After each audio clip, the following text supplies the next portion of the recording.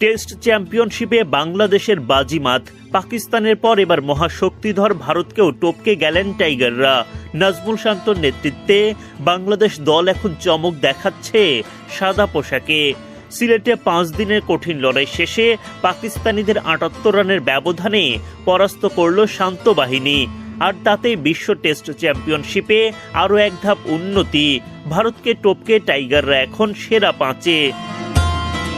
পাকিস্তানকে হারিয়ে ভারতকে পেছনে ফেলা বাংলাদেশের জন্য মোটেই সহজ কাজ ছিল না।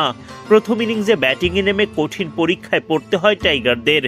116 রানে 6 উইকেট হারানোর পর লিটন দাসের 126 রানের লড়াকু ইনিংসে 278 রানের পুঁজি দাঁড় করাতে পারে দল।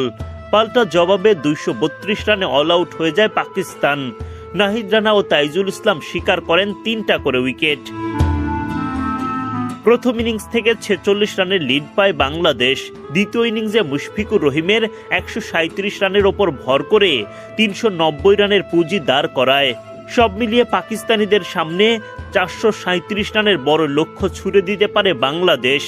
এত বড় লক্ষ্য দিয়েও বোলিংয়ে কঠিন চ্যালেঞ্জ নিতে হয়। তাইজুল ইসলামের 6 উইকেটে বাংলাদেশ পায় 78 রানের রাজস্বিক জয়।